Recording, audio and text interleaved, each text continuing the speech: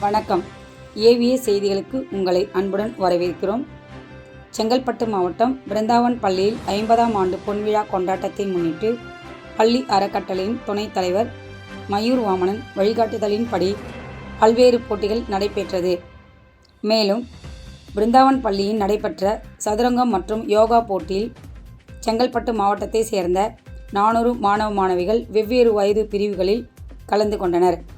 இப்போட்டியில் பரிசுகள் மற்றும் சான்றிதழ்கள், கோப்பைகள், பங்கு பெற்ற மாணவ மாணவியர்களுக்கு சான்றிதழ்களையும் பள்ளி முதல்வர் மஞ்சுளா வழங்கினார்.